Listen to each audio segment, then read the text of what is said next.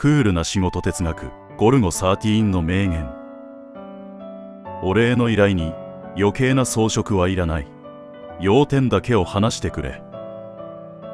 あんたが何を考えようが、俺は仕事の契約さえ守ってくれればそれで結構だ。俺は引き受けると言ったんだ。なら話はそれで終わりだ。狙撃を請け負うのが俺の仕事だ。それ以外のことを引き受けることはない。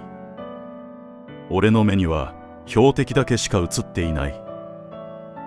俺は依頼された標的を狙撃することに全力を尽くすだけだが、依頼者がキャンセルするならこの仕事はやめよう。俺はただ依頼者が絶対的に求める技量と価値観を身につけるよう心がけているだけだ。